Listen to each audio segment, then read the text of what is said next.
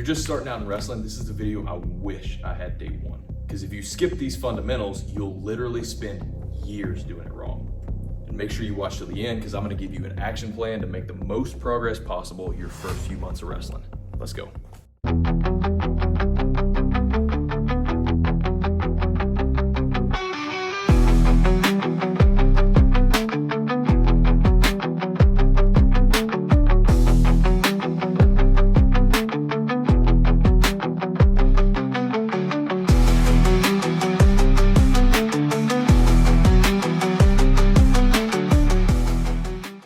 Now, before you can learn a single takedown, you need to understand how grappling works. The whole point is to be able to overcome stronger opponents with technique. And there are 5 core principles we use to do this. You miss these, you stay average. You master them, that's when you become a problem. Number 1 is mechanical advantage. Leverage beats muscle, always. You want control, grab the end of the lever, not the start. Notice how much easier I can pull my partner's head down with a collar tie if I grab the end of the lever up near the crown of the head versus when I grab low on the neck. Another tool we can take advantage of are wedges. A wedge is anything we put in place as a block to stop something from moving. In general, it's much easier to trap a limb in place than to force it into position. When possible, it's important to take advantage of these. Mechanics and positioning beat strength. Take advantage of that. Number 2 is dominant angle. There's a fundamental concept in all combat sports that the further you are behind your opponent, the less ability they have to defend. Check out the difference between when I immediately take an angle on my high crotch versus when I stay in front and allow my partner to sprawl and achieve his own angle. This means our setups should look to help us achieve as much of a dominant angle as possible before entry. If you're not creating angles, you're running into unnecessary defense. Hey, if you're getting value from this, do me a massive favor. Take 2 seconds, drop below the video and hit that thumbs up and subscribe. It's hands down the best way to support the channel and it'll make sure you don't miss my next video. All right, let's get back to it. Number 3 is timing.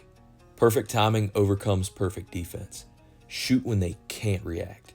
This means either as they're setting their weight on their stepping foot or while they're defending a prior move that opens them up for what we're attempting.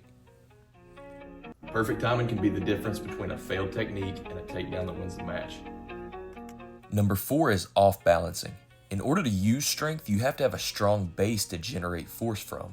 If we can disrupt that base, we can off balance the opponent and disrupt the power output. We can do this by trapping posts and driving our opponent over them, but part of this is developing a skill of knowing how the opponent will react. If I push my opponent, he has to post with either an arm or a leg in that direction, otherwise he'll just fall over and give up position. This allows us to create predictable reactions.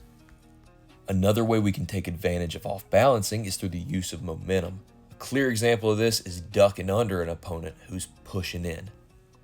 We need to be constantly looking to disrupt the opponent's base. Number 5 is fatigue. One of the most straightforward ways to make a strong opponent weak is to wear them out. A tired opponent is a weak opponent. There's 3 primary ways we can do this. 1 is movement, 2 is pressure on the head, and 3 is making the opponent carry as much of our weight as possible for as long as possible. Look, if you understood just those 5, you're already ahead of most people. But now we're gonna switch gears. We need to teach you to move like a wrestler.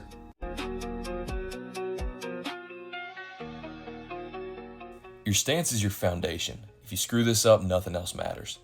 Your feet need to be a little wider than shoulder width, and where you position them has big implications. A more square stance is going to allow for better lateral movement, which means angles.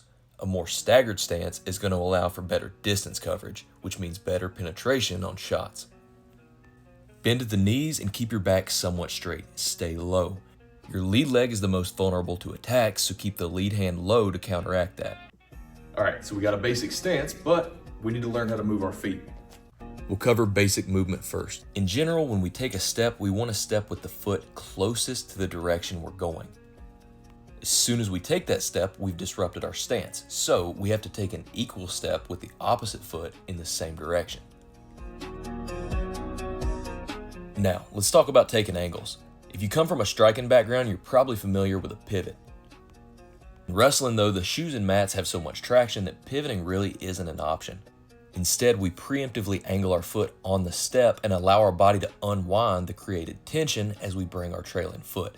If we need to move more quickly, it can sometimes be helpful to bring a hand to the mat as a counterbalance to cover that distance faster. We also need to be able to cover ground quickly, where we'll explode off our back foot and quickly hit a replacement step as soon as our lead foot lands. Okay, we got our feet moving, but none of that matters if we can't defend our opponent's attacks. And the fastest way to get good at defense is to understand the 3 core components. The first line of defense is our head.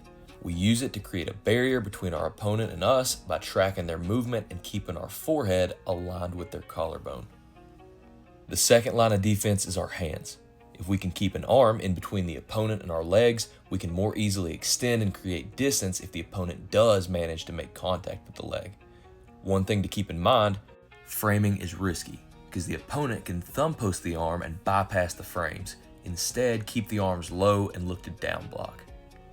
The last line of defense is the hips. In general, we want to get heavy and slide down and away. In order to do that, our shoelaces need to be down to the mat so we don't catch traction and allow the opponent to drive up and in. You don't need to be perfect, you just need to make every shot they take suck for them.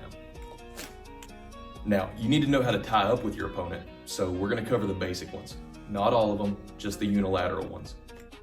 First, we have the collar tie, where we grab the crown of the head and our head goes to the collarbone on the opposite side.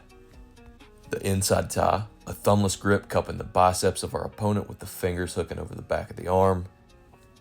The outside tie, where we clamp the elbow of our opponent. Typically, the opponent here will have an inside tie or a collar tie. The underhook, where we reach under the near side arm with a supinated or palm up grip. This gives the opponent an overhook. An overhook, where the opponent has an underhook on us and we punch our arm down and through, bringing our hand in front of the opponent's body.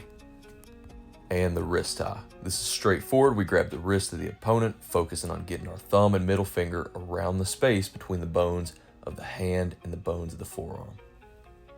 All right, the last thing we need to cover before we get into the action plan is the penetration step. We drop our level, then step, then drive. Trail leg comes up, heads up, back straight. A key detail to have as much power on our penetration as possible, we have to preserve momentum. That means we need to go down and then in. A lot of guys make the mistake of traveling on a downward angle toward the mat, which kills their momentum when their knee hits the mat. If you're just starting out, you don't need 1,000 moves. You need to focus on the few areas that matter for you right now. All right, so here's what you need to focus on your first few months. First things first, you need to master your stance and motion. You need to drill it every session, make it second nature, no lazy steps. Number 2 is probably the most important. Develop your defensive confidence. The majority of your training should be focused on 3 areas to start: recovering from bad shots, front headlock defense, and leg attack defense. If you can get good at these areas to a point where you're confident even if you take a bad shot, you won't get scored on, your leg attacks will skyrocket because you'll actually start taking shots. You'll bypass the phase most beginners go through where they never even shoot because they always get scored on. You need to incorporate drilling and live situations starting in these positions daily. Number 3, pick 1 or 2 solid shots. Don't learn 10, pick 2 and focus on them. And last, show up consistently. You're not gonna feel good every day, it doesn't matter. Training volume beats talent, every time. If you're just starting out, there's probably a lot of guys in the room that are better than you. These guys know they're good. They're not spending a ton of time outside of practice. That's where you accumulate the volume to not only catch up, but pass them up. Look, you're gonna suck at first and that's part of it. But if you grind through it, you'll be shocked at the amount of progress you'll make. your first takedown, your first win, it's coming, but only if you do the work. What's happening? Thank you so much for watching. If you enjoyed that video, this one is my most recent, and the video I recommend personally for you is this one. If you've got a question or something you want me to cover in the future, drop me a line below. I read every comment. I love hearing from you guys. That's all for this one. I'll see you in the next one.